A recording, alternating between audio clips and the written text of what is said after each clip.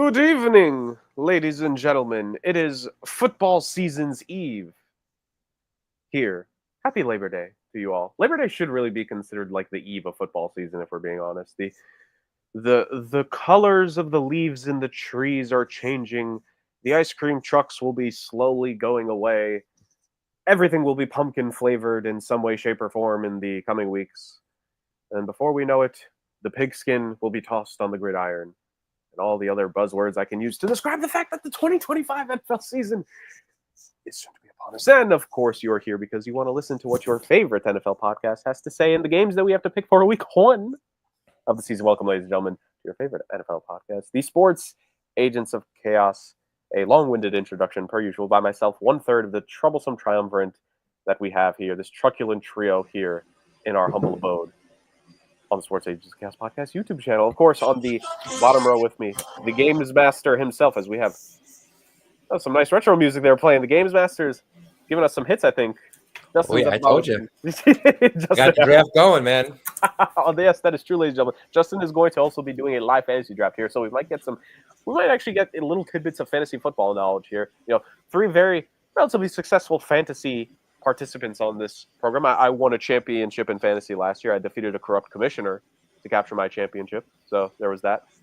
Rick has found championship success in football and other sports as well. The most unlikely basketball championship in fantasy basketball history, won by the Podfather himself for last NBA season. And Justin has been in. I'm relatively comfortable, Rick. I mean, I know you probably done it around the same time as him, but I feel like he's done more leagues than the both of us put together. I would say so. I think he was in the first ever fantasy league back when they were doing paper tabulations and abacus strings, something like that. So I did cut it back recently, and now I'm only in 2 leagues. There was years where I was in 5 or 6 leagues every year, and I had to back off a little bit. I will say though, this is like the one league that I just for whatever reason I got close 1 year, and then ever since then there's nothing I could do in this 10-team family league with me and all my cousins and my uncle and my aunt and my dad and I'm in like last place every year. It's rough. I don't know what I do, but whoever I take in this league, you're better off not taking. Oh boy. Well, I'm assuming you already know. What pick do you have in? I was first overall. First overall? Ooh. Yes, I went with Jamar. I played it safe, supposedly. I also was in a league last year where I went first overall, and I played it safe with Christian McCaffrey, so who knows? So Jamar Chase may have a tough season ahead of him injury-wise. Yeah, we'll see. And so we got our soon-to-be multi-time fantasy champion there at the bottom of the screen, and Justin at the top. I'm already a multi-time champion. Just not in this league. That's fair. It's not in this league. Soon to finally take the crown in this long-awaited league. And speaking of a man who has worn many crowns, he has literally worn crowns and get-ups and such on this show. He's had a Cole Kmet and a Cole Strange jersey on him. He has it all, ladies and gentlemen. Podfather, how we doing? It's a good thing you're wearing white because they say don't wear white after Labor Day, but they never say about wearing white on Labor Day. How we doing? Well, I mean, the American flag's on here too, so obviously it works out. How am I doing? Well, we're drinking on the job, so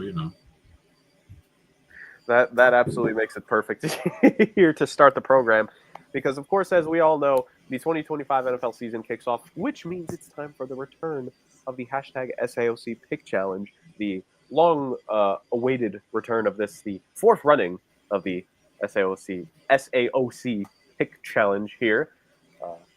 We have a technically new champion because it's different from the year before, but not new in terms of the history of it because I'm the defending champion once again, just like I was after the first year. So odd number of years tend to be my thing, apparently, here.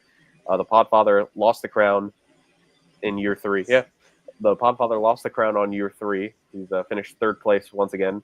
And the man who he has been second on the podium each time at the end of the second place. Ronnie Silver. Always the groomsman, but not the groom so far in the history of this podcast. But will that change this year? Will he finish the story for himself this time? And will he tell a better story this year than the WWE has for John Cena's retirement tour so far this season? Probably not that difficult because they've royally botched that thing. The Wrestling Agents of Chaos podcast in the future, ladies and gentlemen. We can have plenty of fun tearing up WWE for what it's been recently. AEW would just be low-hanging fruit, so we will need to talk about that. But yes, Justin is going to be on a warpath to get his first hashtag SAOC championship this time around, while the Podfather is going for his second one, and I'm going for the repeat, which has yet to be accomplished on the show so far. So plenty personal stake pride, ladies and gentlemen, is on the line. And also, Rick has had to buy a Cole Strange jersey. he's had to buy a Cole Komet shirt. So he's very much desperately trying to avoid A, being third place, and B, even being fourth place, because there will be a fourth participant once again this season. We're going with another mascot? No, I'll be honest with you. I don't even know what's happening with that fourth one. I've been told that the picks are being made by an undisclosed source in an unknown location. Really? And I'm just getting them funneled in like the bank tellers with the tubes and everything. Is it the pod daughter? Yeah, right. I mean, there's a possibility it could be the pod daughter, the pod dog, I don't even know The pod pup. Yeah, the pod, yeah, something like that. Do we have to end the podcast if a 2-year-old makes better weekly picks than all of us?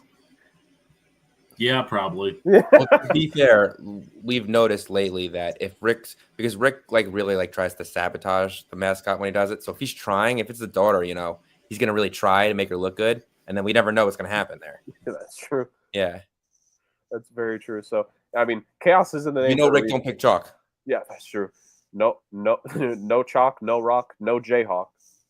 Something along those lines. My Atlanta 14-3 this season will tell you that I'm not a chalk picker. So there you go.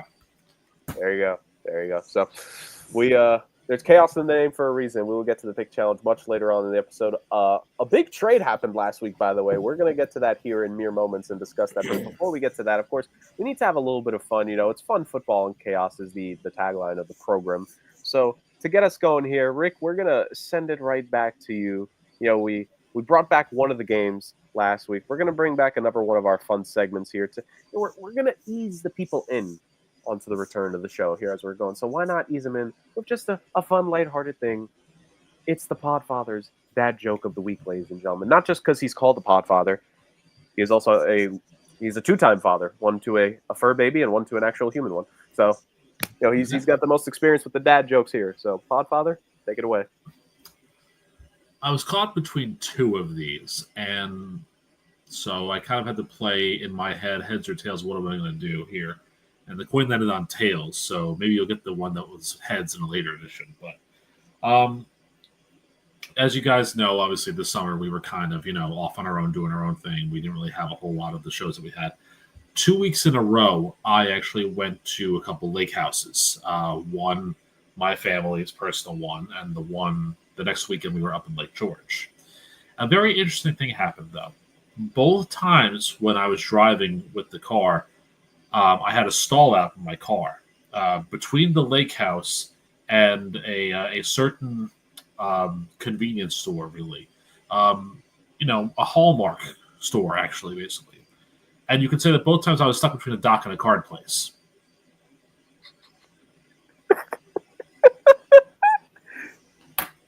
That's good wordplay right there. It is. That's good wordplay right there. Well done, Podfather. Thank you. Justin, what do you rank that one?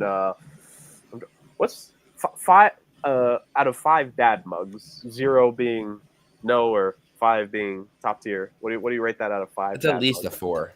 Well, thank you. At least a 4. That's a Solid wordplay. It was a really good one. Yeah. Thank you. Yeah. Good times. And the reason why that joke doesn't work anymore is because Hallmark card stores aren't a thing anymore. So kind of works out that way. Yeah, a lot of places Hallmark. The only one left in New York, up in Lake George. That's right. Yeah, that's right. Hallmark going away. Rite Aids, like all the Rite Aids around me, are basically gone. It's changing times, man. All the trash cans are being taken out of NYC apparently too. Oh, the times they are changing. Yeah, for the worse. Which that only hurts the raccoons more than anybody else if you think about it. The trash cans are no longer going to be in NYC. Poor raccoons. They're going to move to Westchester. I felt vindication because it was a friend of mine who brought it up to me earlier today. He's like, "Do we just have less trash cans in NYC now?" And I was just like, "Thank you. I'm glad someone else is seeing what I'm seeing. Please, I feel like I'm alone on an island or alone in a padded cell sometimes, which mean, if we're being honest, I'm probably going to end up in a padded cell at some point, but not today, and not before we talk about the crazy trade that ended up happening just mere days after our preseason predictions. So for anyone who rejoined the show last week, as you all know, we went through our 1 through 7 for the AFC and the NFC in terms of divisional winners, wildcard teams. We gave our explanations, listed teams that we felt would maybe be on the bubble. We had some disagreements between all of our standings. There were, of course, a good amount of mainstays for us. One of them in the wild card, I believe, if I'm not mistaken, was the Green Bay Packers. I believe all three of us picked the Packers, if memory serves proper. Going to get nods of consensus there. We did. And I think all of us agreed that, reputation, consistency, maybe a little bit better health luck, maybe the receiving game opens up. I felt for me, my thing, and I think maybe it was Justin who also said it last week, is that while this Packers team has had potential on defense and there are some young pieces, they haven't like that defense need to take even a further step this year to really be like that true unit that you would trust in the postseason, right? And I think that one thing was that after Jair Alexander was traded, there wasn't a superstar on any of the three levels of the defense. Now, you could have said that, they have, Rashawn Gary, he's been solid, but he hasn't really put together that, Myles Garrett, TJ Watt, Bosa type year, right? You could say the linebacking core has been solid, but they don't have a Fred Warner. They don't have a prime Bobby Wagner or prime Luke Kuechly. And the secondary, of course, they traded who was their number one corner for however the last few years. So the big thing about the Packers, I think even I said as an offhand comment, probably going to end up being buyers at the trade deadline. Well, they didn't wait for the trade deadline to end up making a move, boys, because the Jerry Jones saga with Micah Parsons and the Dallas Cowboys, and really, I say Dallas Cowboys, it's really just Jerry Jones and Micah Parsons, if we're being honest with it. I think Micah Parsons was ready and going to be fine with being a Cowboy for life. It was just an owner that clearly, if it wasn't already evident enough, the game has passed him by. Lads, Jerry Jones and the Dallas Cowboys traded Micah Parsons to the Green Bay Packers over the last week over a number of, let's be real, the contract disagreement being the thing first and foremost among all. And he was traded to let me get to let's get to the trade package here in a couple moments, because I think we can break this down in so many different parts. We'll talk about the trade package in a moment. Just Justin, I'll throw it to you first. Micah Parsons, I think all three of us, we didn't spend too long on it last week. I think the three of us were in relative consensus that, yeah, this is an issue. Maybe it goes into week 1 or 2 of the season, but all three of us believed, I think in some way, shape, or form, that more likely than not, he was going to stay a Dallas Cowboy. I think all three of us had that thing, because we look at it, not even just with recent examples like Dak and CD, right? Like even going back all the ways with Des Bryant, DeMarcus Ware before he ended up leaving, DeMarcus Lawrence, not DeMarcus, but like we kind of believed that it was just going to end up being, okay, Micah Parsons is eventually going to get paid, everything will work itself out, Nope. So Justin, the idea. Get paid. Well, no, he did get paid, just not by the Dallas Cowboys specifically. So even before we'll talk about how this affects the Packers in a few moments, of course. And then the contract, I mean, you can actually bring up the contract, that's fine. But and the trade package itself, just the reaction, I don't want to call it shock for you, but the reaction when you saw the headline, when you saw Parsons being traded from the Cowboys to the Packers, and oh my God, this is happening. This is actually happening. I mean, the news stories happened so quickly because it was the Dallas all month long. It was Dallas refuses to listen. Dallas is not going to trade it. Micah keeps asking. Dallas keeps saying no. And then all of a sudden on, what was it, Friday or Thursday or something, you ended up starting to get tweets. Oh, it sounds like Dallas is now starting to listen to Micah Parsons trades. By the end of that day, he was Packer. It happened. It happened real quick. All of a sudden, people were like, all right, reports are they're listening. And then it was, he's gone. So, I mean, obviously they were probably listening a little bit earlier than that, and they had taken note of the things, but it got to the point where obviously the two sides weren't going to meet. They weren't going to get whatever they wanted to work out. And Micah Parsons was done being a Cowboy.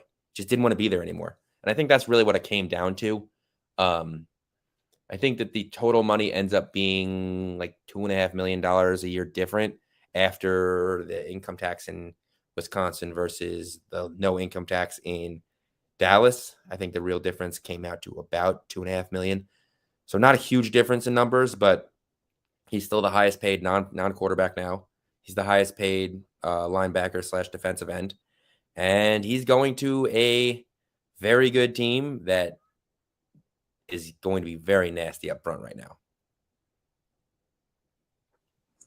To say the least. And I'm kind of with you there. Obviously, so many of these discussions happen in the back rooms, right? Like, we don't know how many days it really was that Jerry Jones and the Cowboys were finally looking at, okay, probably do have to end up trading Micah Parsons, and who all entirely was in on it and what the exact offers were. We never really hear, I mean, my kingdom for us knowing exact other trade detail or trade offers that could have or would were made, that we can only know so much. But, shocked to say the very least. I think we could all agree. Rick, when you saw it, did you? I have to imagine when Rick saw it at first, Rick had to have just let out a guttural laugh, as, oh, the Cowboys did the thing. They did the thing that we were saying, no, they're not going to do it. They're not that dumb, are they? Are they, Rick? Oh, this is bad. This is really, really bad.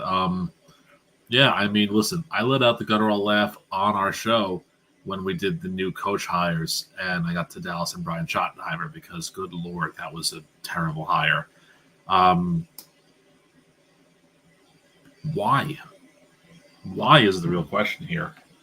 In terms of the fact that it's not even so much of a why did you trade him, which I guess, that's a fine question of itself, but why did you trade him to a team inside of your conference is the other one. What is the give there? The Packers do not ever, in recent memory, have a pick that's worth anything, like inside the top, echelon. Obviously, the Lucas Van Ness thing a couple years ago was one thing, but that's because I think they got that pick from the Jets, so that's neither here nor there.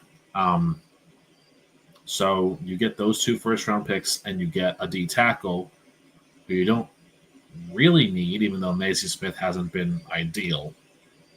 And your linebacking core just takes a shot because Demarion Overshown tore his every ligament known to man basically in Week 14 against the Bengals, and he's out for the end of last year and the start of this year, so you don't have him, which means you got to rely on Jack Sanborn and Kenneth Murray basically to really be the stalwart linebackers.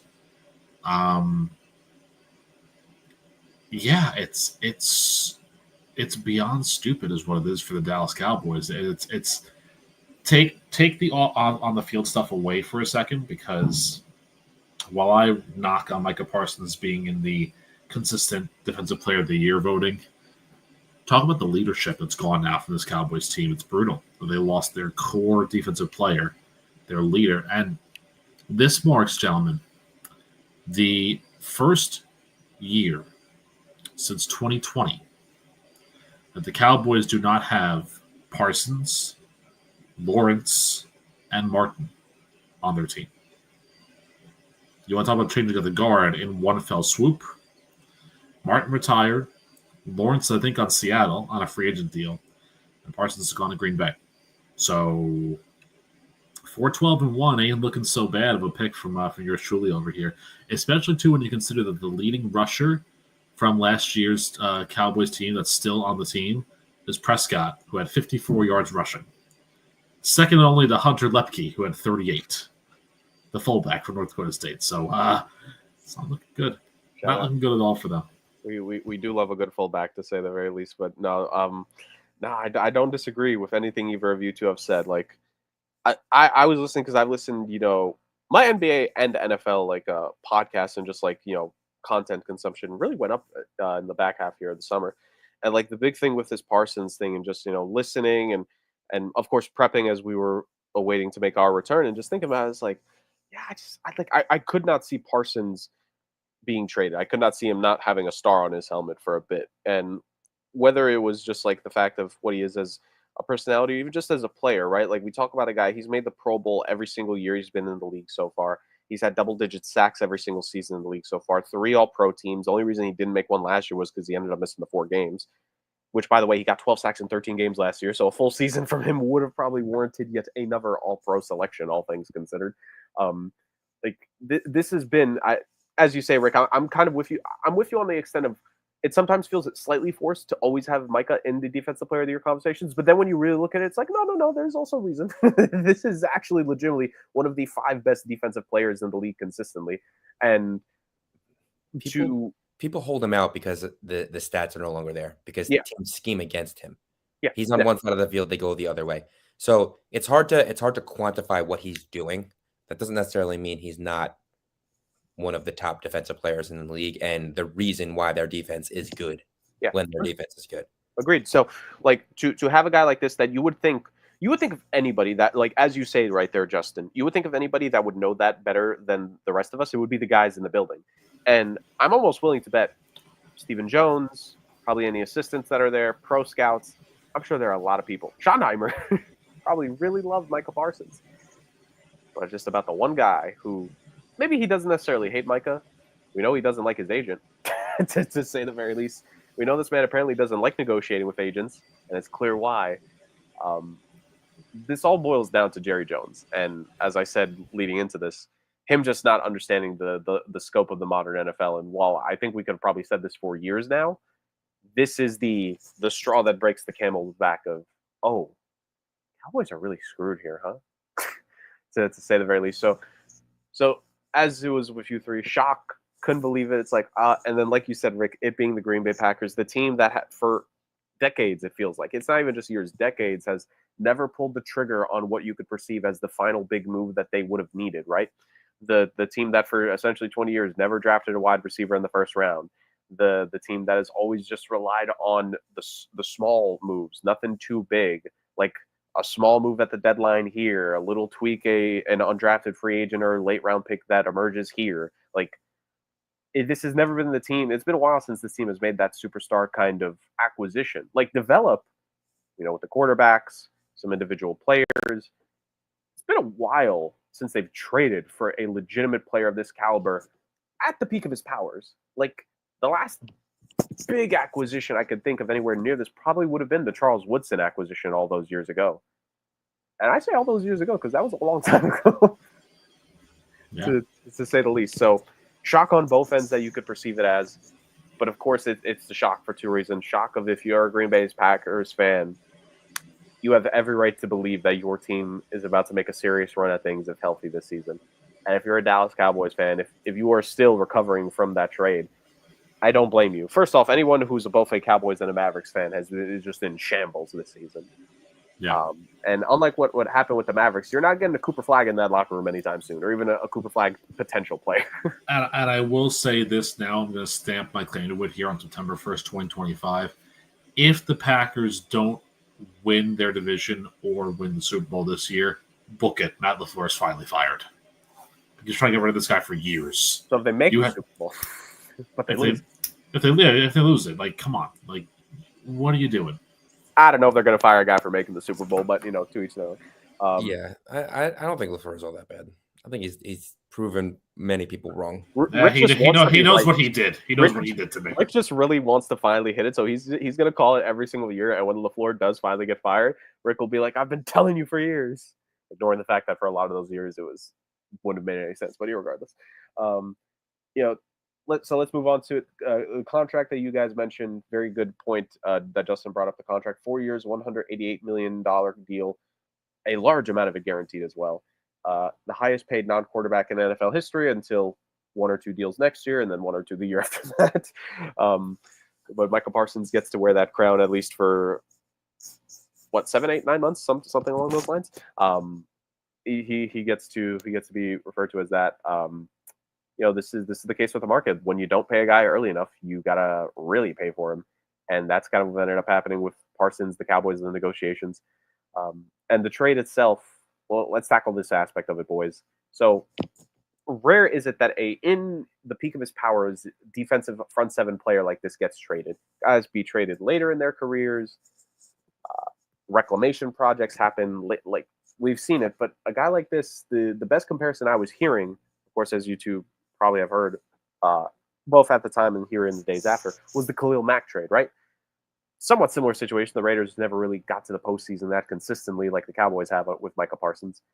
But the idea of the Raiders trading their franchise defensive front 7 player where he was going to go, this, that, and the third. He ended up going to the opposite conference, as we all remember. It was the Chicago Bears that ended up getting Khalil Mack back all those moons ago. And the trade at the time, which this was kind of like the idea before Mack was traded of like, okay, what is the measuring stick that would end up occurring? So the trade that ended up happening, which is kind of funny here looking back at it, the Raiders ended up trading Khalil Mack, a 2020 second-round pick. Yes, they also had to give up a second-round pick in this deal.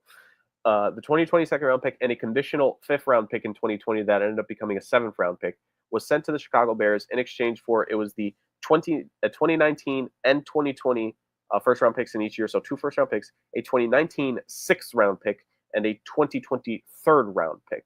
And, of course, at the time, very similar thing. The Bears ended up giving an extension to Khalil Mack, which made him the highest paid defender in NFL history in that moment, which I think was literally passed just a couple days later by, I want to say, Aaron Donald, if I'm not mistaken.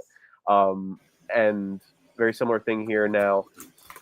Guy gets traded, made the highest paid non-quarterback in this case for Micah Parsons. The trade. 2 first-round picks. Okay. It's 2 first-round picks in the Mack deal. You know, we always have conversations about the value of draft picks versus Stanford, but 2 first-round, okay, that's a decent start. What else? Kenny Clark. Oh, crickets? Yeah, we all had the same exact reaction. I mean, his mama loves him. There's that. Oh, no, and don't get me wrong. Kenny Clark has been a good player for a bit. Not last year. I don't want to make this a thing about Kenny Clark. You know, this is just a deal of the contract is mainly being paid by the Packers right now on Kenny Clark's side. It's a very low risk. They could cut him after this year if he falls off even more of a cliff. You know, he's made some Pro Bowl teams. He's been a good defensive tackle for a bit. He can, in theory, help stop the run. You probably heard that sentence over the past couple of days. But last season wasn't a banner year for him as it was in previous years. Relatively consistent in terms of games played, but I think it was PFF was the where most have cited that both his pass rush and his run stopping ability both were lower last year compared to previous years. Now, is it just maybe an off year? Emergence of other players on the defensive line in Green Bay? I think last year was a different DC than the years prior, if I'm not mistaken, or at least maybe a different role for him in the scheme. It could be age. I would like to think maybe Kenny Clark still has another year or 2 left in him. Or, I mean, what would be even funnier is if he has a bad year in Dallas, leaves, and then becomes a good player again. That could probably happen.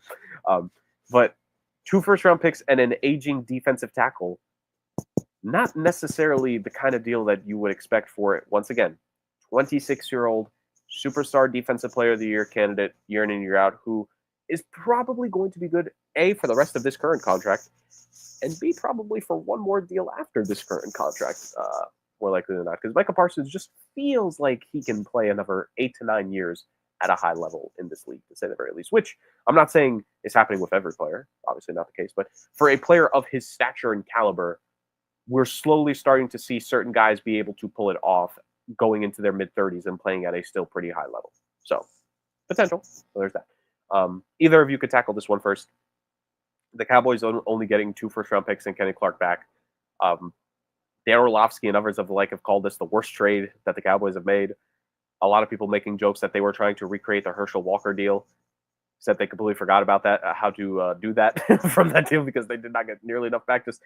I don't want to say this, but this was pennies on the dollar, ultimately. This was pennies on the dollar for what you get for a superstar defensive player that, are you going to now trade these first-round picks to try to get a player of that stature back, or are you going to try to draft with them? Because Jerry Jones said both things in the same press conference. So he doesn't even know what's going to happen with these first-round picks. So that's to say the least. Rick, I see you wanted to chime in here first. Your take on the Does package. Jerry know what state he's currently in? You know? He would probably say America. Unfortunately, that's kind of where, you know, my thought now comes to is a senility thing. But, I mean, what does Dallas have? This essentially also, thinking about it more, quantified the fact that you replaced Micah Parsons, if you want to call it replacing him basically as is, with Dante Fowler. Because they signed him after a decent, you're not a great year, but a decent year with Washington for a relatively low term deal. What is Dallas doing? What are they? Are they going to give Brandon Aubrey $125 million now? I mean, does he deserve it? Absolutely, but that's another question for another day. It just feels like the Cowboys have made all the wrong decisions. Like the car's made all the wrong turns, to use that analogy again of the driving of the car, because what is okay, unless somebody here turns out to be a star, and there are decent enough talented players there that you could potentially say might surprisingly become key players for this team, but I don't know. I mean, you're gonna have to see career years from guys like Marshawn Kneeland and Odigizua, basically, because if you're not relying on Kenny Clark, then what are you relying on? Again, that linebacking core has to find a way to step up, or they have to find somebody else to come in. I mean, maybe this guy Buddy Johnson, who's on the practice squad, can really be a star, but I doubt it. Murray Sanborn, Maris Liafu. They drafted Shamar James, which is fine, I guess, but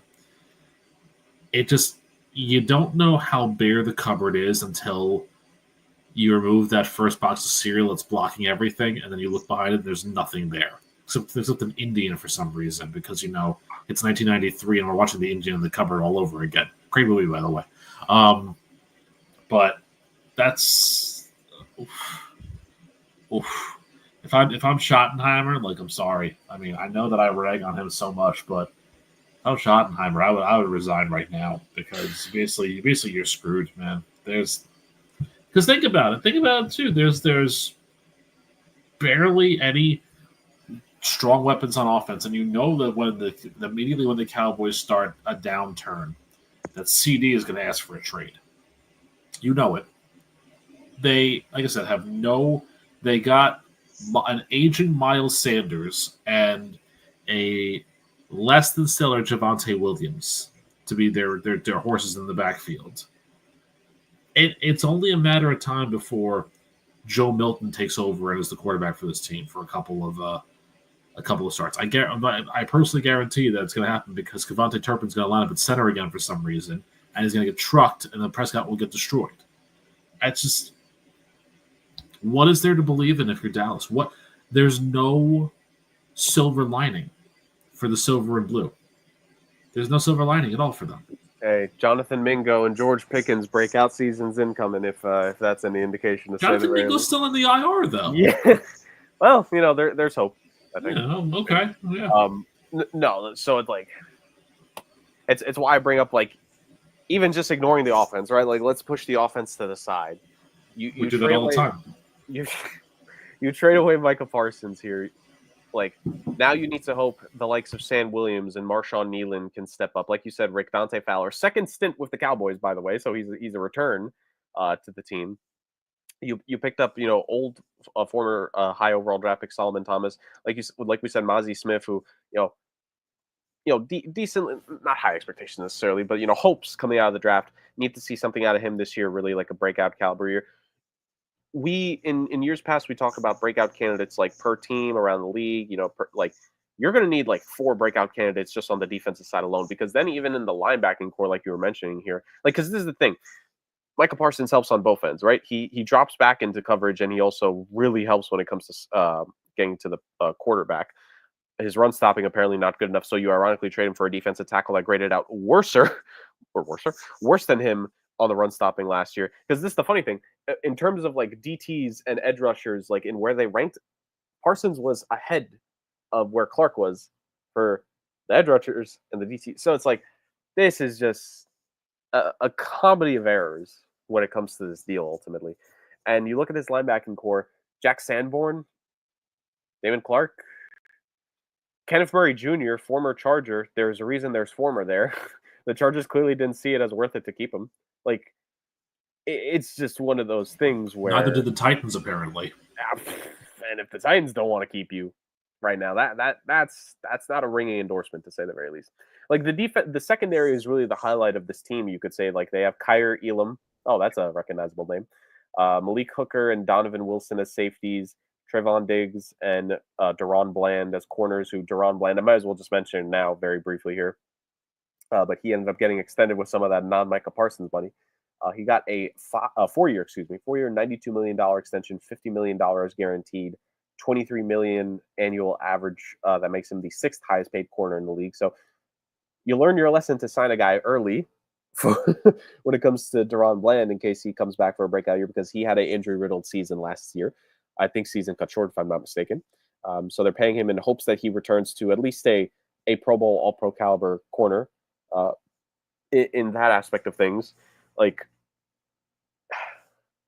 there's no other way to look at this. And again, I'm just like, 2 first-round picks.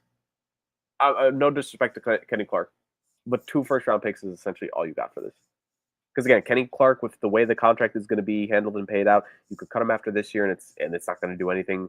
It's going to be a bigger cap relief. Like, they're going to have to ask themselves, like 5-6 months from now, is keeping Kenny Clark worth it for this team going forward? And with what could potentially happen in 2025, the answer might be no, because this is just not looking good. Justin, kind of final thoughts on from the Cowboys' perspective of this, of the Parsons trade. The barometer I used and a lot of people were using was the Khalil Mack deal from years ago.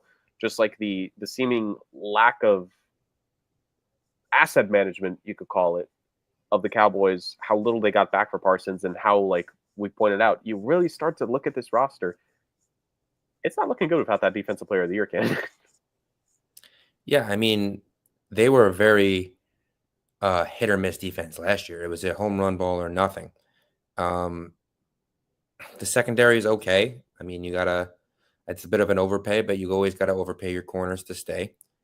And obviously you freed up some money giving away a guy like Micah Parsons, but it does feel like that they came away with less than they should have for a guy like Micah Parsons. Now, they unfortunately put themselves in the position to give Micah Parsons that kind of power, and you never really want to do that. I mean, you see that happen all the time now with these superstar players, like the Devontae Adams trade when the Packers only got a 1 and a 2, I think it was, at the height of his powers. Like, it didn't make a lot of sense for him to go to the Raiders, but he had all the control. So, it was an unfortunate position that they put themselves in. You could really only blame them for putting themselves in that position, but he wasn't going to play for them, and they got what they could out of it. And now the question is, what are you doing with those draft picks? I will say the Cowboys have done pretty well drafting wise in the last few years. So it's with as good a team as any. They could end up with a decent player, or 2 or 3, or they could use those to package a pick and go up for maybe another quarterback. I'm hearing a lot of rumors about them wanting Arch, although after the other day, I'm not sure how high Arch is going to go unless he starts to improve his play. And he's got some time. I mean, that was his first ever start. So we'll see. We'll see what's going on with it. And it's the question now is, what do you turn this package into? And that's how we're really going to judge this team. Yep. And I think when we say, they brought this upon themselves, they put themselves in this situation, I think there's one man in particular that we could point this out to, and that is the man ultimately calling the shots. That is Jerry Jones, because I like the fact that you mentioned the Devontae Adams trade a couple years ago, Justin, because remember, around the time Adams and Tyreek Hill and a couple other wide receivers were being traded that year, the Dallas Cowboys had Amari Cooper, right? And they traded him, and they got for nothing. Like, yeah, they could draft, but Jerry Jones apparently can't trade worth a dang anymore. Like, trading a 4th-round pick, where if you look at previous trade deadlines, what 4th-round picks and 3rd-round picks have gotten you in past years, trading a 4th-round pick for a guy like Rick mentioned, Mingo, who's still on IR right now, who knows when he's going to take his first steps of the season. Like, for the drafting the Cowboys do, can't even give that credence to Jerry Jones in any way. You have to give it to everyone else in management there, or that constitutes as anywhere near management. And you not obviously it's not going to happen until the bells toll. But if you're the Cowboys here, this is official. Jerry Jones is never going to build a team that can win a Super Bowl. He's never going to. He got lucky that there was enough of the Super Bowl roster after firing Jimmy Johnson that you could just hire Barry Switzer to handle things. and bringing in some paid mercenaries to get the third championship in the 4 years. And ever since then, he has believed that he knows best to build a team that can win. And he's been able to make whatever trades and make some signings and some re-signings. And he talked about like his negotiation method that he's never like he doesn't like doing with an agent. First of all, sir, that's illegal. You're just strictly not allowed to do that. Like the way he's forced his players in the past. Remember, I don't know what it was. It was like some Tony Romo thing. How Tony Romo mentioned the fact that like it was him, Jerry Jones, and I think it was Parcells at the time, if I'm not mistaken, were essentially just like brought in this like tiny freaking closet, and like they essentially hashed out the contract there. Like, I don't know if you know this, agents exist for a reason, and Micah Parsons' agent, a guy who Jerry Jones was dragging through the mud. Because remember, before this, boys, Jerry Jones went on like what was it, a week, 2-week media tour. He was on. He was talking to whatever papers and podcasts, radio shows. He had a sit down conversation with Stephen A. talking about this, among other things, of course, about the Dallas Cowboys and the star itself.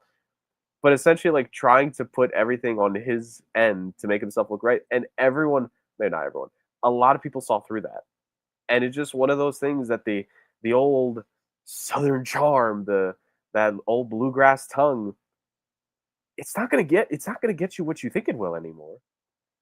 It's very easy to say this because the Cowboys and Jerry Jones have been losing for a while, but they demonstrably lost this. They lost this from a public perception. They lost this from the actual player aspect of it. You know, Micah Parsons at one point, early enough in the offseason, you could have offered him a contract to where it never would have gotten to this point. But once again, you didn't do it. Jerry Jones, for the last 3 years, with Prescott, with Lamb, and now Parsons, did a thing of pay the player late, pay him more than what you had to, what you could have paid him earlier. And he thought he was going to get his way again, but he didn't. And if this isn't, I mean, I'm not saying to Jerry Jones, it's never going to be a wake-up call to that guy. But if for the Dallas Cowboys themselves, if they're just never going to be that awakening of, maybe we need to change up how we're doing things here, mediocre is going to be the best case scenario for this team going forward, because it's not good. It's not good to lose a player of this talent, to lose a player of this quality, to lose a player of this skill, to just lose this kind of player, and for nothing. Because like you said, Justin, it's like, yeah, that getting the 2 first-round picks back could have gotten way more. And we could say, like, oh, you're approaching the season, you only have so much leverage. Micah Parsons maybe started to have more of the leverage on him, but you definitely could have had way more. You lost the trade by a country mile. Not to make a Texas reference there, but this is just an all-around loss for the Dallas Cowboys. It's a loss for the Cowboys. It's a loss for Jerry Jones. It's a loss for Schottenheimer, who may be fired on after year 1. If it didn't happen to Jonathan Gannon, it might happen to him. Just a rough go of things, to say the very least, for the Dallas Cowboys. But a very happy go of things, as we mentioned, for Micah Parsons and the contract he got, and a very happy go of things for the Green Bay Packers. They got a franchise caliber defensive player of the year candidate who, if he is healthy,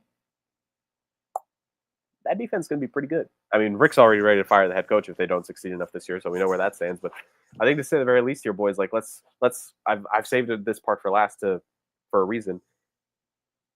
Had this trade happened before we did the show last week, saying this right now, I probably would have picked the Packers to win the NFC North in the regular season.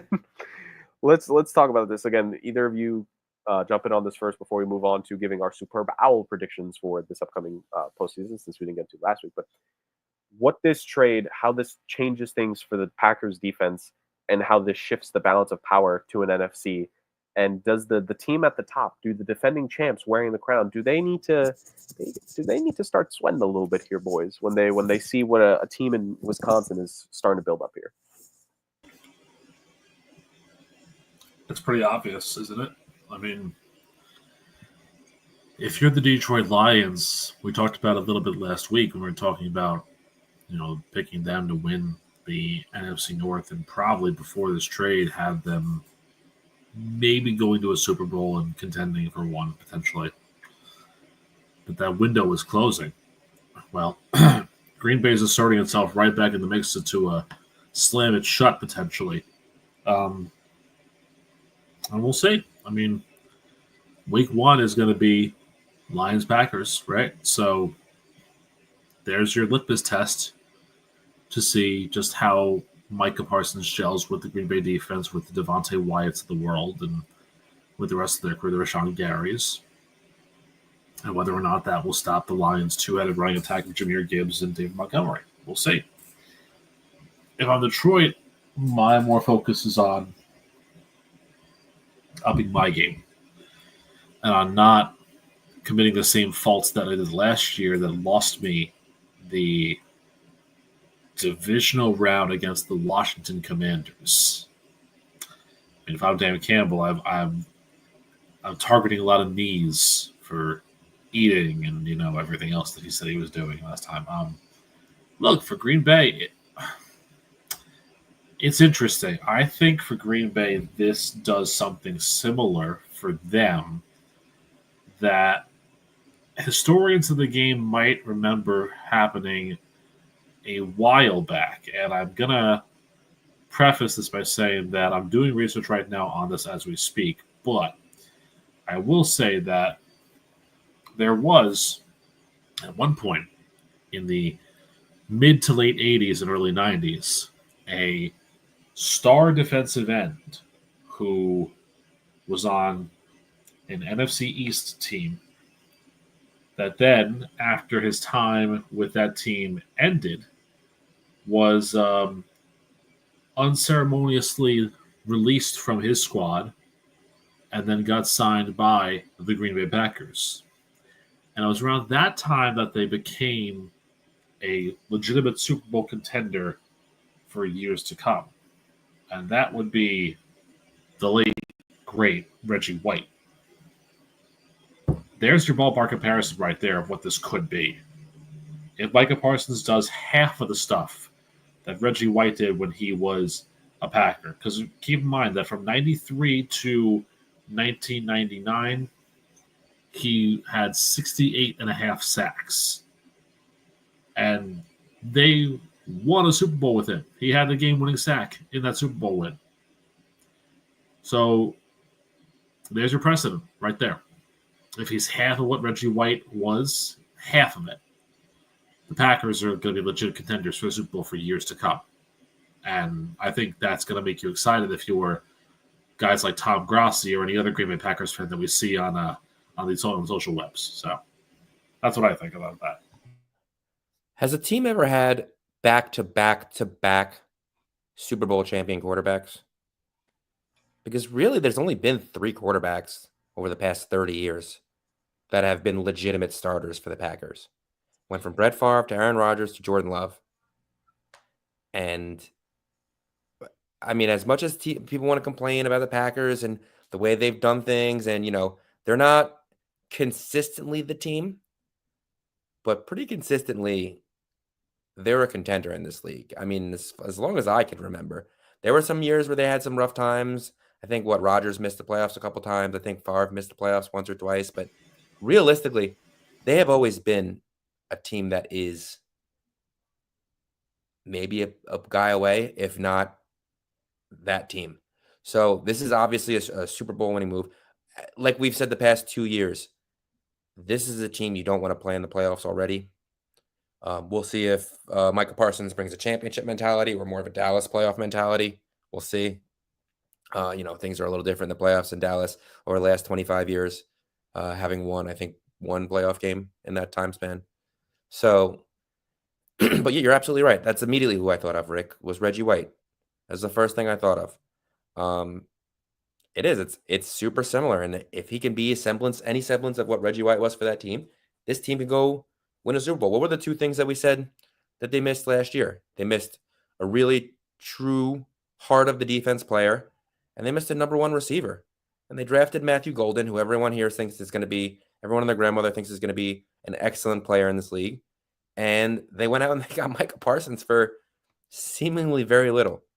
So this is if this is what we think it is, this could be a scary team. Yeah, and to Justin's point, no one talks about the Seneca Wallace game or the Brett Hundley games anymore because obviously those don't count. It is far up to Rodgers to love. When we think about oh my God, now I can't remember his name. Matt Flynn. When we think about the Matt Flynn game, his game that gave him his contract, made him like $200 million, that he then never got to Never got to really start in Seattle because Russell Wilson was drafted. Oh, what happens in the NFL? Yeah. Oh, what happens? So, yeah, to say the very least, and the Reggie White example, I think, is the perfect one for you guys to bring up. This could very much be that. And Reggie White, it took a couple of years before the Packers ended up winning the Super Bowl with Reggie White there, but I think they made multiple, if I'm not mistaken, with him. He won a Defensive Player of the Year award in Green Bay as well, like a decade apart, I believe, 11, 12 years, however many it was, his 2 Defensive Player of the Year awards in his career. Like, first off, just goes to show how really good he was for that long stretch of time, and just how much of a beast he was for Green Bay. And like you guys said, what he did for that franchise, changing the defense. Justin, we both said it now. It's like the 2 biggest things this team needed, double check marks. They hit it this offseason. Very much changes the game. And how will it change our superb owl predictions that we will give here before we get into the first week of this year's hashtag SAOC Pick Challenge? That's great because I really do appreciate like a good owl. Yeah, right. Oh, and yeah. especially superb ones. And the words of the pod daughter, hoot hoot. That's what they say. So I love that she's learning animal sounds now. oh yeah, she's great with that already. That's perfect. So, Superb Owl 60 will be happening later on in the season, in early parts of the new year, 2026. Oh God, we're already about to be in 2026. Say the very least, this one will be. Fun fact: it's going to be on NBC, and the reason I bring that up is because this is the first time since the Rams-Bengals Superb Owl event that the game will be shown on NBC. And I don't know if anybody's heard, but next year's edition of it is going to be on ESPN. Just a little corporate chill in there, real quick. But for this one, it'll be in Levi Stadium, of course, in Santa Clara, California. So we're going to have that. Westwood won, of course, with the radio of it, because why not? It's going to be a fun Super Bowl, to say the least. Super Bowl 60. 60 of these daggone things. So, boys, up some predictions to make. How do we want to do this? We want to do this one at a time. We each weave the tail of our playoff routes very quickly, and then our Super Bowl. Yes, I'm getting a rousing yes from the Podfather and from the crowd, so I think that's how we're going to do it. Would you like me to start? Would one of you like to take things away? I'm going to assume you want me to start. Yeah, I'll get things started for us. So I have my full playoff picture right here. Once I find the actual freaking tab where I in my notes that I put it. All right. So, mind it for the people. This is based off of our 1 through 7 that I did last week, or that we all did last week. If you want to listen to that, or if you want to know that for sure, I mean, you're kind of got to figure it out as we go through each of our playoff paths real quick. But if you really want an in-depth analysis on that, check back last week's episode on the Sports Ages of the Chaos podcast YouTube channel. But here is it for me in the wild card round. I'm just going to run through each conference in each round very quickly. In the wild card results, I have on the AFC side of things, I have the Ravens over the Steelers in my 2 through 7 matchup, the Chiefs over the Chargers, in my 3 versus 6, and a upset 5th seed Broncos over 4th seed Texans in the wild card, because finally the Texans will lose a wild card game that we predict. In the NFC side of things, I have the Lions over the 49ers in my 2 versus 7 there, the Buccaneers over the Commanders in my 3 versus 6, and once again a 5-4 upset, the Green Bay Packers over the LA Rams. Yes, remember, ladies and gentlemen, we did these predictions before the Micah Parsons trade. So we had Packers were a 5th seed last week.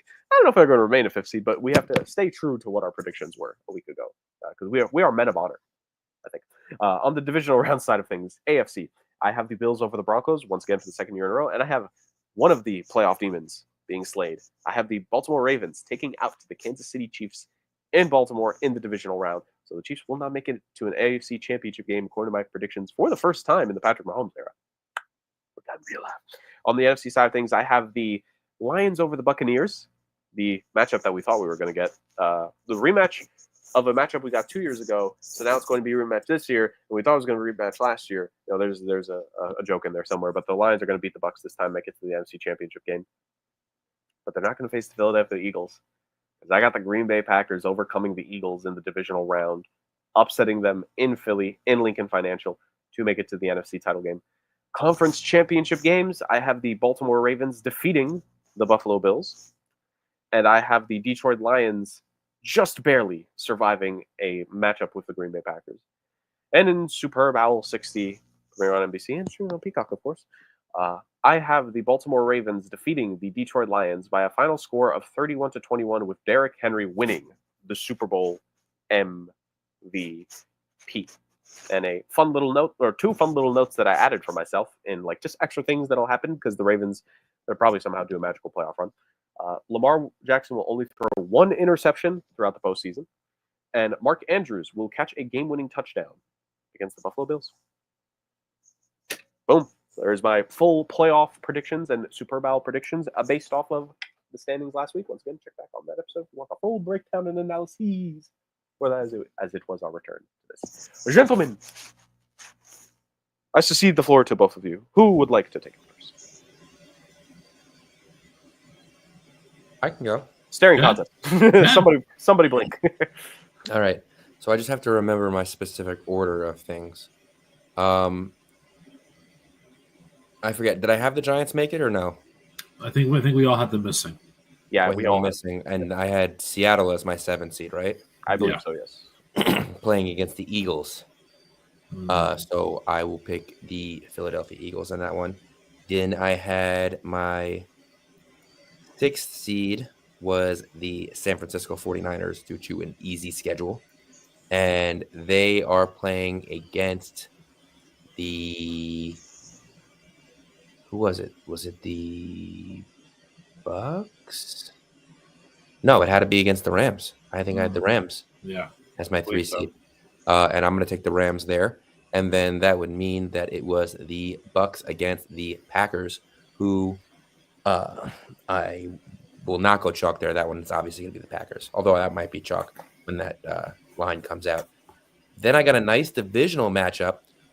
The Packers go into Detroit. And my other matchup would be Philadelphia against Los Angeles. I'm gonna have it's gonna be the battle of the green. It's a rematch of Week 1 last year in Brazil in the NFC Championship game. That's going to be the Philadelphia Eagles versus the Green Bay Packers. And I'm very torn on this one, so I'm gonna go to the AFC, and then we'll pick 2 Super Bowl players. The next one is going to be my 7th seed in the AFC. Who was my 7th seed in the AFC? Do you guys remember? I should have wrote this down while we were doing it. I think Somebody from the West, maybe like Denver or the Chargers or something I like think that. it was the Raiders. Oh, remember the Raiders? Yeah, that makes sense. I think that was my spicy pick of the day. Justin Yep. was high on them, yes. He was. Yes. It was the Raiders. They just signed Amari Cooper, by the way. A little under the radar move for them. That's a player that is also, by the way, I feel like he's getting traded and moved around for nothing. And up until like the end of the year last year, when he wasn't really involved in the Buffalo offense, but he was still pretty solid there. So I don't understand why he's such a low value player at this point. He's not that old. He's like 31. But anyways, so I have the Raiders, and they are playing the Buffalo Bills. So again, another easy one. We'll get the Bills in there to the next round. And then it is who's the 6th seed was the Broncos? The Broncos or the Bengals? I know I think both of you had No, Cincinnati. Bengals were my number 1 seed. Oh, that's right. Yeah. Yeah. I believe it was the Broncos, which would mean they are playing against the Houston. No, they were playing against the Chiefs. The Chiefs were my 3 seed. Then I would obviously choose the... You know what? I'm going to choose the Broncos there. I don't know why, but I think that the Broncos match up so well against a team like the Chiefs. And there's still some issues there on offense. We'll see how they figure it out. They always seem to get the call. We'll see. It's hard to pick against them because I pick against them over and over and over again, and it doesn't work out against me. But I'm gonna have them as a first round out this year. I'm Definitely some insanity. back, and then they Makes sense. reevaluate. And then I have a very strong Ravens team, and they're going to trounce the Texans. I don't think the Texans have the horses to match up with them, even though they are a very good team, and the Ravens do tend to choke in the playoffs. Then it's going to be a divisional matchup of the – oh, no, it won't be because the Broncos won. So the Broncos will play against the Cincinnati Bengals while the Ravens play the Bills. This is an interesting matchup because you never really want to pick against Josh Allen when he's playing the Ravens. For some reason, he always has like a great game against them, and they just pull it out. But I think Jurg's right. I think there's something about the way this Ravens team is put together and the way that they played last year that I think they'll really figure it out this year. Assuming Flowers doesn't get hurt again, because I think that was also a major factor in the playoff game last year. He was not really healthy and available, and they couldn't really rely on him like they did all season long. So I'm going to pick the Ravens there. And there it'll be a matchup of divisions, the division rivals in the Ravens and the Bengals in the AFC Championship game. Oh. You know, last week this might have been different. I might have gone with the Eagles there, but I honestly am leaning Packers. I mean, that's a team, again, if they can be what we think they're going to be, they're going to be a really tough out. And they're going to play against the Cincinnati Bengals in the Super Bowl. Sorry, the great owl, the top owl. Did we give winners, Jurg? Did you give a winner? We did. Yeah, I gave the Ravens. You don't need to go in full detail like I did, but you could just say your winner. Matchup wise, you really got to say the Packers are the better team overall. But sometimes that doesn't matter. Sometimes it's vibes. I never want to bet against Joe Burrow being a winner. So I'll stick with the AFC North also, and I'll go Joe Burrow finally gets his chip. There we go. So Justin and I both have an AFC North team going over an NFC North team. So we, the North, fully in this year's Super Bowl matchups between the both of us. Now, when the Arizona Cardinals win the Super Bowl in Rick's prediction here coming up in a few moments, don't be surprised. No, we know he's taking the Falcons, dude. That's true. Oh, no. 16-1 Chargers, baby. So so let's see what we got here. Podfather, we're saving the best for last here. Your playoff going into Super Bowl predictions, you'll be the last one to give a matchup and winner prediction, sending us off into the regular season. Gentlemen, Super Bowl 60 will have a rematch of a prior Super Bowl rematch. But I won't tell you which Super Bowl it is until we get to that point. Now, I did have a pretty easy chalk AFC going forward, and then is it Falcons Patriots? My rankings fluctuated. No, it is not. So what we're going to do is we're going to go into the NFC first for me. In the divisional round, I have two upsets. The wild card round, rather. And those upsets are the Rams taking down the Commanders 6 over the 3 seed, and the Packers defeating the Cardinals in the 5-4 matchup. The Lions will take down the Eagles, and we will have a new champion this season. And so it will be, going into the divisional round, it will be Atlanta facing the Rams and a week 1 rematch of the Packers and the Lions. In the NFC North clash, just showing your predictions early, week 1, the Lions will beat the Packers because Micah Parsons takes a little more time to gel. But in the divisional round, the script flips. The Packers will go to the NFC title game, and, gentlemen, they will host it because the two-headed monster of Jared Verse and Braden Fisk are going to be too good to stop in that game, and the Falcons will have no answer. So I have a Green Bay versus LA Rams NFC Championship pick, and one player does make a team better and change the dynamic of everything. So Jordan Love will go to his first Super Bowl as the Packers ride the Micah Parsons horse, knock off the Rams, and they will go there. So Green Bay is my NFC pick. Now let's go to the AFC. Only one. Actually, no, my mistake. Might be the first time ever, gentlemen, that if you remember my picks from last week, one division wins all 3 wild card games. And if you remember my picks, you'll know that there are 2 high seed winners, but only 1 true shocker. So, Baltimore, like Justin said, will defeat Houston in the 4-5 matchup because I think the Ravens are just better than the Texans. The Bengals will avenge a wrong done to them in week 1 last year in the 2024-25 season when they lost at home to New England. They will avenge that and defeat the Patriots.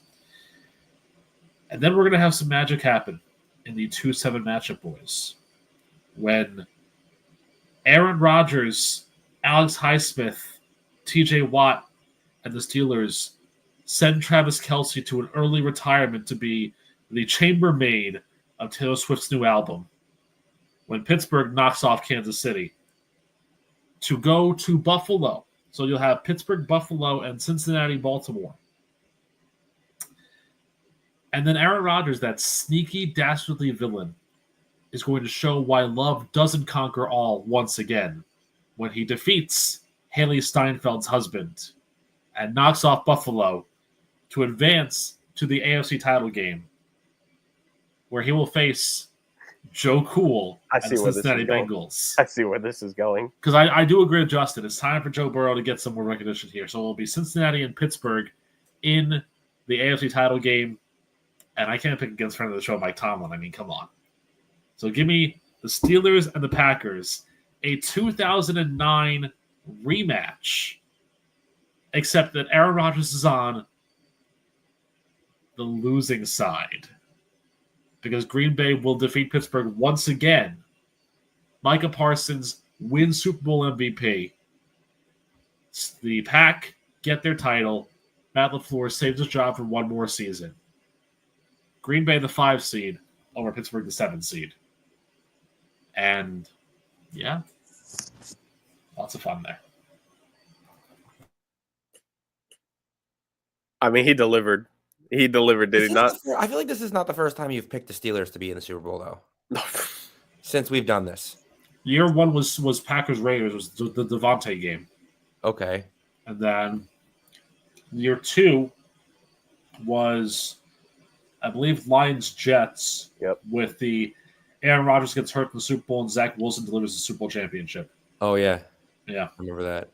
And then last year, I'll be honest with you, I'm too drunk to remember what happened last year, so you know. That's okay. I blocked out last year, too. If I had to guess, I think you had Chiefs-Lions last year. I think you went pretty chalk. Yeah, I did. Yeah. I did. You're right. Yeah, you know what it was? Because Rick's whole thing for last year was taking the week 1 rematch from the year before and making it happen. So, there. But, all right. Those are superb owl predictions from the 3 of us. All of us ended up having AFC versus NFC North. And 2 out of 3 of us went with AFC North winners. Rick goes with an NFC North team. He has Micah Parsons and Green Bay winning it all, and Matt LaFleur officially, messing with him. I feel like Rick needs to get like a I Heart Matt LaFleur shirt if Matt LaFleur wins the title in year 1 with Micah. Done. So we have that, and Justin and I go with the perceived powers of the AFC North, which are the Ravens and the Bengals, and we will see on that. Before we continue and move on to the fun times, Justin, real quick, how's your fantasy draft been going? What else do we got here on the roster? I just finished. Ooh, So let's it's get a only full roster 10-team report league. here. I got according to ESPN, my positional breakdown, my strengths are my bench and my kicker. Yeah. And my weaknesses are my defense. It is a 3 receiver, 1 flex PPR league. Okay. So obviously, first pick was Jamar Chase. I also got AJ Brown and Marvin Harrison Jr. on my end around in the back. Then I went a little bit heavier on running back. I got Chuba Hubbard and Bucky Irving. I ended up later in the draft with Baker Mayfield, and my flex is DJ Moore, and my starting tight end is Dallas Goedert, who I took real late. Oh, you didn't go for the Tucker Kraft macaroni and cheese 25K thing? I thought about taking Tucker Kraft, but he was not around on my way back. I play with some Packers fans. So I ended up with Dalton Kincaid as my backup tight end. Not a bad one. And then my backups consist of Tyrone Tracy, Krosky Merritt, who I'm high on in Washington, Chris Godwin Jr., Debo Samuel, and CJ Stroud. And then defense was my last pick, which was the Giants. and Chase McLaughlin. I don't really pick high on defense because I'm not opposed to streaming. This is not a pay per move league. So I have no problem streaming defenses from week to week, which I may look into now. They were my last pick for a reason, even though I do very much like the Giants defense this year. They'll have their bad weeks. Yeah, their first week matchup isn't ideal either because they are playing Washington. Right. So in Washington. So we'll see. I might already drop them and pick up someone new. We'll see how waivers go. Sounds like a pretty solid team you built there, honestly. Yeah, yes, it's not bad. I said, I think I ended up really, really good with receiver. My running backs aren't bad, but I think I have some depth there, and we'll see. I mean, quarterback. Hey, you know honestly what it is, but it's only a 10-team league. You got two guys there in Chuba Hubbard and Bucky Irving that, like, especially Bucky, the projection that like a lot of people are projecting him to have like a breakout superstar caliber year 2. People don't realize last year what he I don't think he played significant time in the first 6 or 7 weeks. He ended up with 220 points last year. Yeah, he had 1,100 yards and 8 touchdowns last year on 207 attempts. Yeah, 100%. It was very like slow going to start the year. It was a split backfield before he just took over. Yeah, he had. Let's see. Less than 150 yards in the first 3 weeks combined. So I think it looks like he had under 250 yards and 1 touchdown in the first 5 weeks. Then all of a sudden he was hitting it hard. Yep. To say the very least. So it's a good one there. And Chuba Hubbard was he was definitely on my fantasy team for a bit last season, and he had some good games. So assuming he is the bona fide number 1 back in Carolina, or at least gets the majority of the carries, kind of like a la Josh Jacobs in Green Bay last year. It's like there'll be some slow games where you just like a tear might shed from the eye, but then like when he has some really good games, it's gonna be good. So he's another one though. I don't think they really intended for him to be the number 1 back there last year. They signed Miles Sanders, who I never understood why Miles Sanders got all the love that he got. He was always an undersized running back that didn't have the power to play outside of the receiving game. So I never understood him as a number 1 back now. Anyways, I like him much better in his role that he's in Dallas now. But you know, we'll see what he is there. But yeah, well, Chuba came on strong last year before he got hurt in the last 2 games of the year. And I mean, for the late round guys, I mean, clearly I didn't take a running back until round 4 or 5. So not complaining. Okay, honestly, it's pretty good. So the potential makings of a championship caliber roster there. GM Justin does his thing on the fantasy side. We'll definitely get some fantasy updates from him throughout the course of the season. And now, speaking of trying to build up to a championship once again, we're not picking games. We're not picking teams. We're not picking players. We're picking some games. Ladies and gentlemen, it is the return of the hashtag SAOC Pick Challenge, where Rick, Justin, and I go on a journey throughout this NFL regular season. And we're going to be picking games on the NFL docket each and every single week. 4 for each of us on a 4-to-1 point system scale, 4 being the most amount of confidence we have, and 1 being the least amount of confidence we have. But we got to make a pick anyways. We're going to be going in a snake order serpentine draft format for us between our group with picking our games. We are allowed to pick actually any game. We can pick any game that is on the schedule. We're going to be picking these games based off of who is favored and who is an upset based off of the line that is given to us by our friends at ESPN Bet. Thank you. And we are strictly making these to essentially be like who's winning, who's losing. There is no covering. There's no, if I'm picking the Chiefs to win and they're favored by like 9, if they only win by 7, it's a loss. No, it's just our picks are outright, but our idea of who is favored in the game for our picks is going to be based off of the betting lines. And the reason why it is important for us to have that is because we are all required to make at least one quote-unquote upset pick for the week. It can be no lower than your 2-point pick, so it must be made within your first 3 selections. And you can make as many upset picks as you want in a week. Someone on the show has made 4 upset picks in a single week multiple times. It may or may not be the man that's raising his hand. And, of course, like I said, all is fair in love and war. Whatever games are available, come your pick. You can make it. You are allowed to be a little frisky if you want, and you can pick a tie, but it can only be used with your first pick, your 4-point pick, but it does get upgraded to a 5-point pick if it, well, no matter what, and if it does hit, well, there's a plus 5 points for you. And at the end of a week, if you do end up getting a perfect week, you get a +1 at the end of your score. So if you get a perfect week of regular games, 10 + 1, boom, that's 11. Or if you get a perfect week with a tie in there, 11 + 1, boom, that is 12. I believe Justin and I are about I think the two of us are the career record holders in the career perfect weeks in the history of the Pick Challenge, if I'm not mistaken. Yeah, I'd say so. Yeah, it's yeah. Between the two of us. So yeah. All that is to say, I think I've listed about all the rules here, ladies and gentlemen. In years past, when we've been able to do it, we've been able to make the first week of picks based off of the first game of the season and us predicting. But considering the schedule is so goddamn compressed and the first game is Thursday, the next game is a Friday, we have to do it kind of like I believe we did this last year, where we are going to ultimately go based off of the final standings from the year before. So I think that's how we did it last year. Yeah, that's how we did it believe. last year. So last year I had the first pick, Justin had the second pick, Rick had the third pick. But this year, Rick will have the first pick for finishing third place. Justin gets the second pick, and I will get the last pick, which means Rick and I will end up getting. Has there been a year that I didn't have the second pick? Start off? No, you've had the second pick to start off every single year, basically. Wait, does he really? Yep, Yeah, because I always come in second. Yep, that's true. And even the first year, I think what happened was we all picked the same way, but I think the point spreads were such that you had like the second best deficit of the first game, so you were still second on that one. Well, year two, did we? I feel like we were still able to use the first game in year two. So was that just the same thing where Justin ended up getting second because of that as well? Basically, yeah. It's just a running joke at this point that Justin will always pick second. Justin is married to the second pick. Yes, he is. That he is. So wait, that means that I get the first pick, right?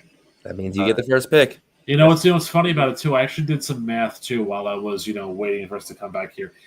Were we to pick games against the spread like how we had planned on doing with the very first time the show when we talked about it, I think Justin brought it up as like a possible mention. Were we to pick against the spread, I think Justin would have won all 3 years. So if we just go with Justin's selection, he would have won he would have won every single year of the pick challenge. Justin's back, knife, twist. Yeah. His own game. I hate picking against the spread too. I brought that up because of that's what I inferred we wanted to do. Yeah. When we were talking about it in the group chat when we were first putting it together. So that I came up with those rules for that specifically. And then obviously we ended up vetoing it, which is fine. It worked out. But like, yeah. Well, also for me, like I just suck at the concept of picking for it. Like I don't bet at all. Yeah, I know. Like, I'm never. I don't really like picking against the spread either. It's hilarious that would have been the case because I'm not very confident in my picks against the spread. Although I will say I did win my pick and pool against the spread last year. There you go. Hey, listen. Actually, I won 2 of them. Nice. Not bad. Not too shabby. So maybe I'm not as bad as I think I am. But either way, that's fair. So I get the first pick this year, which means that I get the chance to set the tone very early. If this game isn't a victory by the favorite, I think we're all going to be stunned. I will take the game that I am not actually going to watch because I live in a home with Giants fans. So I'll go for Philadelphia over Dallas on Thursday night. Again, I mean, if for some reason the Cowboys pull it off, something might have happened, but the Eagles, you're at home, you're celebrating your Super Bowl win, they're greasing the flagpoles again, you can't lose this one. So give me the Eagles, the ELGLES Eagles over the Cowboys. You know what's funny? That's really probably the safest pick. It really is. Yeah. I'm going to go with what I think is the next safest pick. One, because I do believe this team is going to be better than they were last year, and they were decent last year. But 2, they're also playing the worst team in the league last year, and I don't think they really got any better. So I'm going to pick the Broncos over the Titans. You weren't going to sneak that one out, Jurg. I'm sorry. Come on. Come on, give me that one. All right. Fair enough. Okay. So, I mean, my upset pick better hit is all I'm going to say. But before I get to my upset pick, let me start with my 4-point pick. Yeah, you got to know with what you got to go with what you know to the best you can at this point when we're so early in the season. I'm going to go with a team that they did really good last season. And even if we may not necessarily be as high on them this year, like in terms of taking a massive leap like they did the year before, we still think they're going to be pretty good. And they should win games like this one to start off the season as a motorcycle is just revving, and going outside. Oh, Fancy. There we are. Give me the Washington Commanders as my first pick of the season, my first 4-point pick, and my pick to win over the New York Football Giants. New York is good. I think they'll be fine, but this just like if you're Washington, if you want to prove yourself, make sure that last year doesn't seem like a fluke. You got to win this game early. Got to make a statement, especially at home. actually, also based upon how things went last year, if you're Washington, if you want to win this game, injure Graham Gano because the Giants have no backup kicker. Clearly, That is once what again, happened last year. Yeah, lessons do not be learned. And this one, which honestly, like, I'm sure there's a reason for this, but let me just put it like this. The team that is favored to win this game right now is starting Daniel Jones. And I'm not going to trust the team with Daniel Jones starting. Yes, the Colts are favored by negative 1.5 points. I know. I picked them. And they shouldn't be. So I'm going to pick the Miami Dolphins in this one. That's a good upset. I have my reservations about the Dolphins on the season. You better beat Daniel Jones or else fire everybody. So there's my first 2 picks. You know why that's a good pick? Because this is the healthiest that you can guarantee the Dolphins will be all year. That is true. That is true. Yeah. So the Dolphins will only be like a 1-point pick the rest of the season after like. Is that in Indy though, or is that in Miami? yeah, it's in Indy, but it's a dome. Turf. I don't think it matters. Turf in a dome. Mm, Do they play Tyreek. on turf and they play on grass in Miami? well, no, but I was saying turf in a dome. Tyreek Hill. I don't know. Questions. I mean, majority of that team is going to be back from the end of last season in terms of Okay. actually being All healthy. right. Yeah. All right. They'll be all right. All right. That means it's up to me. You know what? I'll go spicy with a little upset pick here for my number 3. It's not something I usually do. I usually like to wait. I know you guys like to take yours early to make sure you got them. But I'm feeling a little frisky with it. And I'm going to let you guys know I'm not so high on the 49ers this year, but I am kind of high on the Seattle Seahawks. So I'm going to take them as the home underdog here. In Seattle, I think Sam Darnold comes out strong. I think Cooper Kupp looks a lot better than a lot of people think he's going to be this year right off the bat. When their running backs are healthy, they're hard to beat, and their defense is nasty, especially up front. So they're going to go after Joe Burrow, and they're going to go after Brock Purdy.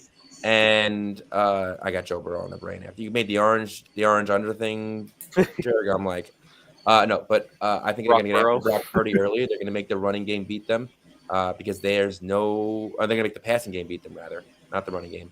And they're going to do everything they can to stack that box, and we'll see. We'll see if the defensive coaching of what's his name as the Seattle quarterback, head coach, is up to snuff with this team. I know he was there last year too, but let's see it.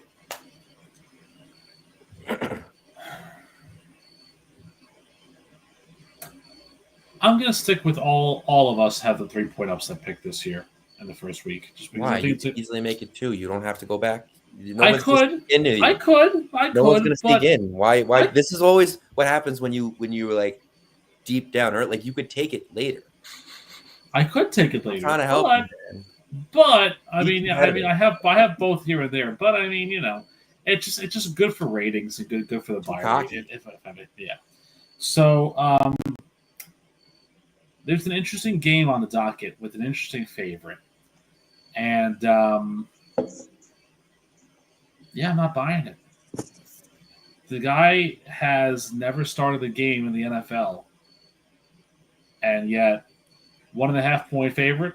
No, give me da Bears, and in the spirit of George Wendt, give me the Bears to knock off the Vikings. Another home underdog. Yep. And a 2, I mean, could this have been a 3 or a 4? I think so, absolutely. But the problem is that I think last year's start can spook people from picking them a little bit. But the 2 points, I think it's the right call here. I'll take Cincinnati over Cleveland. I was hoping that would come back Where I around. was gonna go, yeah.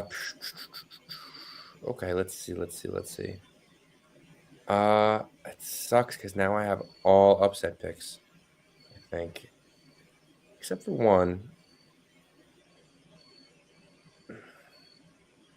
All right. Let's go with another upset here. Actually, did anyone pick the Jaguars? No. I'm gonna pick the Jaguars. No. That's not an upset pick either. I was definitely considering the Jags for one of my next two. Maybe with the one, because this team, I know they're a little shaky, but the way I see it, they have the better quarterback. They have the better receiving core. They probably have the better O-line. Defense 50-50. They have the more experienced coach. If you see where I'm going with this. Give me the Cardinals over the Saints with my 2-point pick. Poor New Orleans, to say the very least. Yeah, just poor New Orleans. Did they officially make Tyler Shuck the... No, Spencer Rattler is the starter. Rattler's QB1. Yeah. Oh, wow. Yeah. Yep. They're going to throw him out there and see what he could do. All right. So there's that. Now, with my 1-point pick, now for those wondering, this game has been won on these 1-point picks. These 1-point picks can help you out in the long term. You know, Sure. we got a bunch of 1-point picks to make, and you got to value them. So I do not take my 1-point pick lightly here. Oh, well, I do. I take it very lightly. I know that.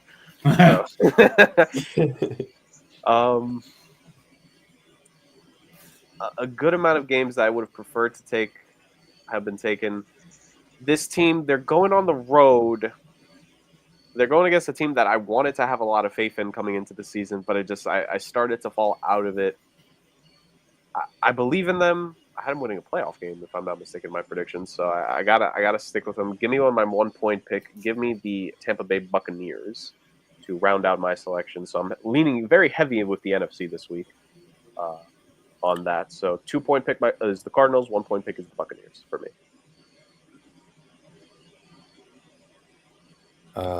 Okay. Now here's where it doesn't get that interesting because it's still a 1-point pick. You know what? I've been spicy with this team this whole time we've been back. Let's stay spicy. Let's take the Las Vegas Raiders going into New England.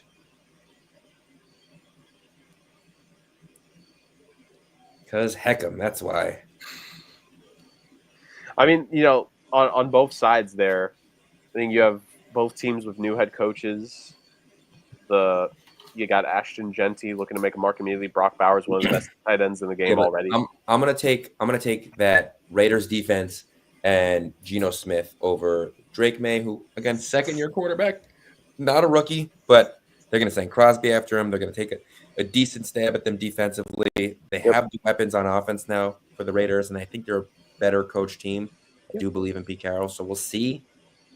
Not saying that I don't believe in what's his name over in New England because Mike Vrabel.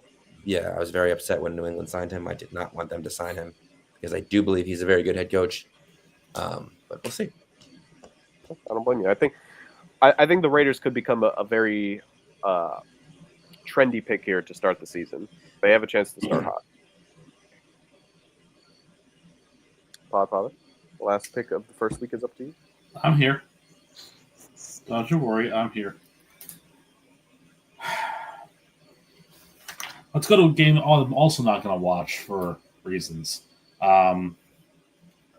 Jurg says that the 1-point picks, they've won and lost on everything, and that's great and well and dandy. And if we lived in Candyland, that might make sense. But, 1 point means don't mean you know what to me. 151 episodes, still not doing it. Give me Kansas City in the 1-pointer over the Chargers in Brazil, because what's one more quarterback getting a fluke injury if Justin Herbert or Joe Herbert or Justin Burrow, whatever the hell his name is, I don't even know anymore. If he don't get that's my gimmick. I know it is. Don't you steal my gimmick? All Well, right? How dare I? How dare I? Well, with the early mistake, we might end up having a Brock Burrow or Joe Purdy here. I know a Joe Purdy, actually. Nice guy. Nice guy. So that kind of leaves us with waiting for.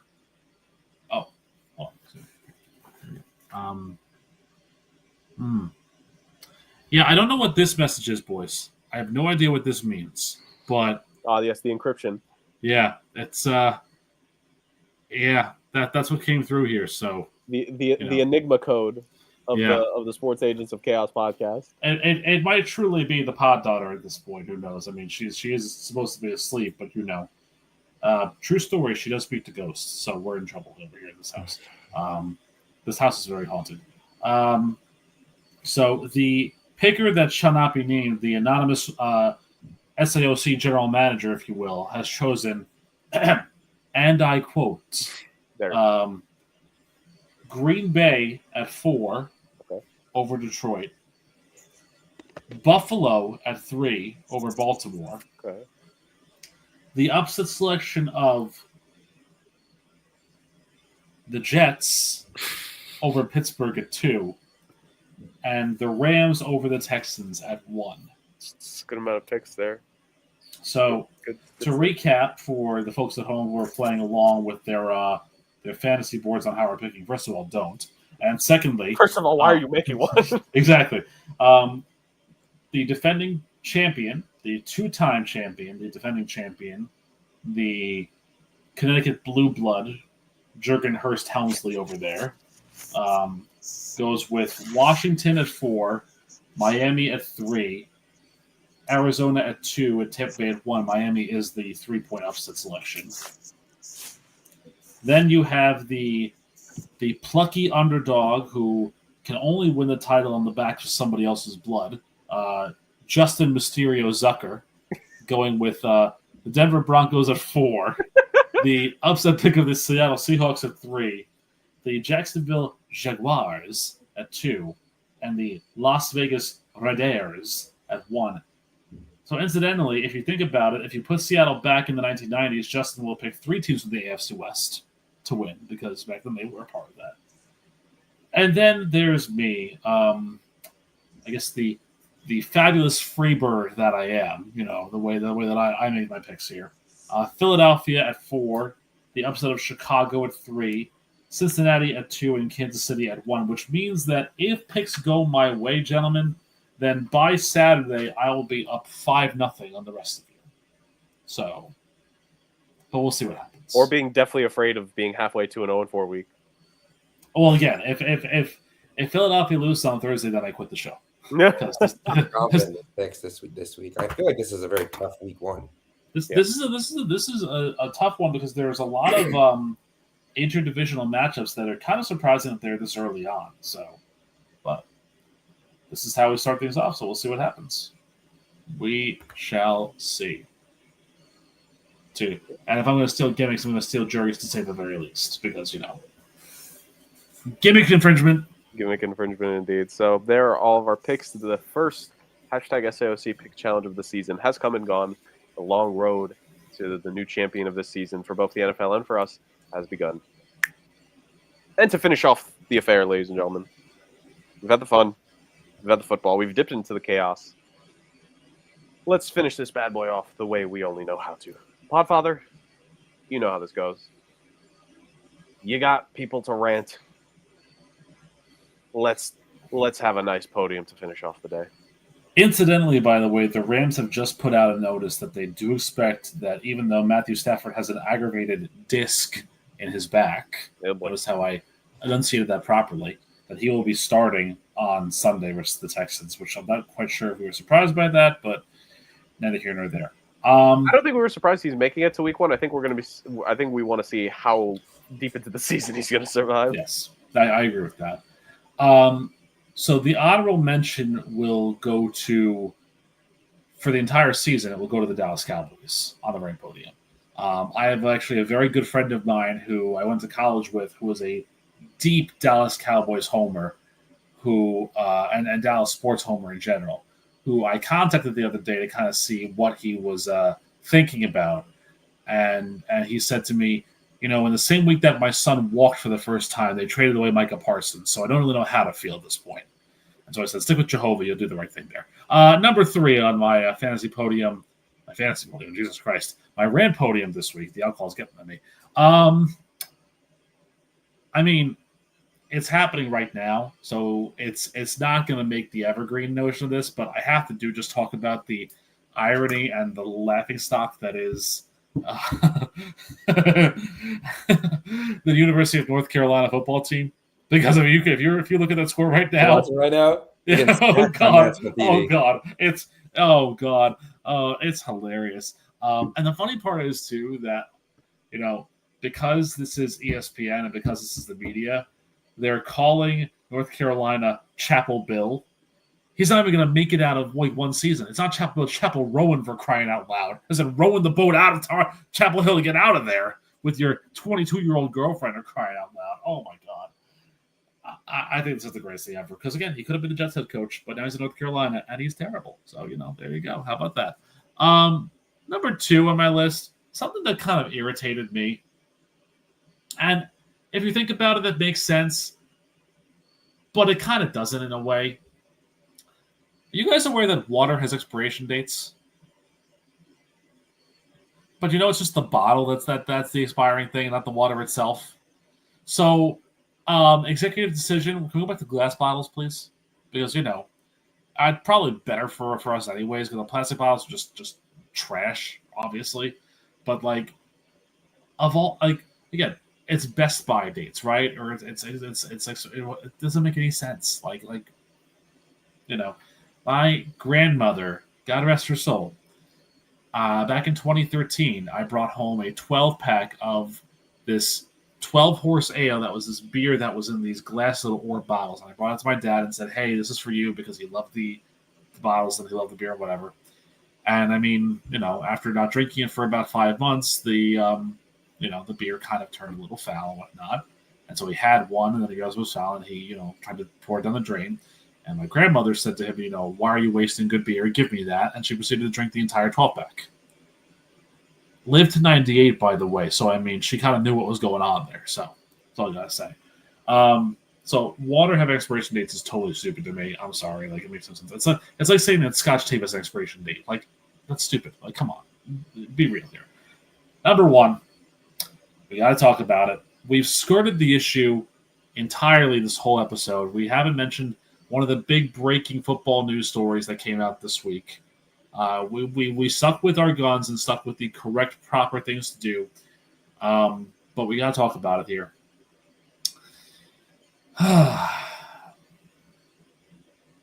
What in God's name was that ring? What in God's name was that ring? It looked like Travis Kelce wanted a freaking carnival stand or went to Party City and picked the most gaudy costume jewelry possible, which actually makes sense for Taylor Swift anyways, because she is gaudy costume jewelry personified at that point. Jesus. The whole thing is just, everything looks like it's AI. Everything looks like, they doesn't look like they're actually in love or anything. It looks like they're just, we're just doing this for doing this purposes because, everyone says we should, so let's do it. Set your clocks, boys. I'm going to call 5 years, and then they're breaking up and they're divorcing.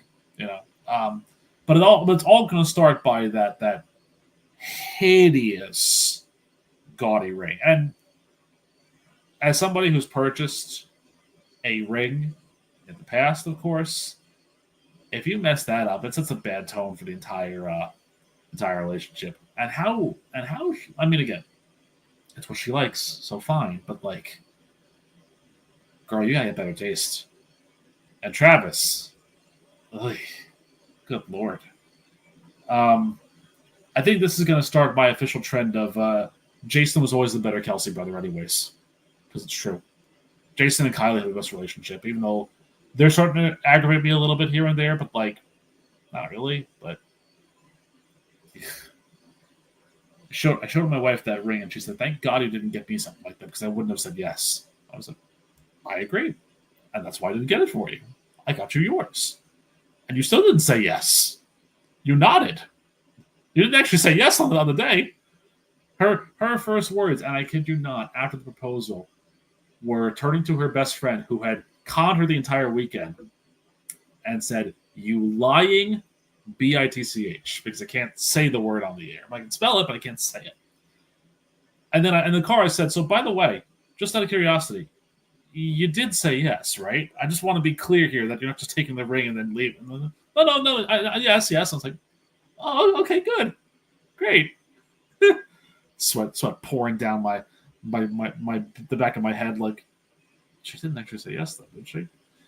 And in true us fashion, the I told her what was happening, told her everything that we were doing afterwards. Because we had plans to do miniature golf and Mexican food and whatnot. She was sad because we weren't getting tacos. Like, you just got an X amount of dollars ring. We're going back to your parents' house. We're celebrating with your family, but you want tacos. So the next day we went for tacos because, obviously. But yeah, it wouldn't have happened if I had that stupid gaudy ring from Party City, the Travis Keith Chandler. Yeah. So not ranty, but spicy. So we've gone from countries to now fan bases, because the Swifties are, if they ever find this, if this ever gets out into that deep of it, the views. Come on and make it known that I am an anti-Swiftie, and this is going to be a fun year. Incidentally, she probably will do the halftime show this year, because let's be honest here, it makes the most sense. Yeah, that's going to be the depressing part about it. Justin, prepare for war, because I think that's just what the Podfather has signed up the two of us for, all things considered. On the bright side, you know, the Swifties aren't going to be able to really argue too much when it comes to our NFL picks, because they don't know anything about football anyway. They don't know shit from apple butter for that. So, you know, as I pop in my 10 cents into the swear jar for the episode here at the very end. Damn. That ends. Swifties, you DM me. I got their addresses. Don't worry. We'll get them. Oh, boy. That ends this edition of the Sports Agents of Chaos podcast.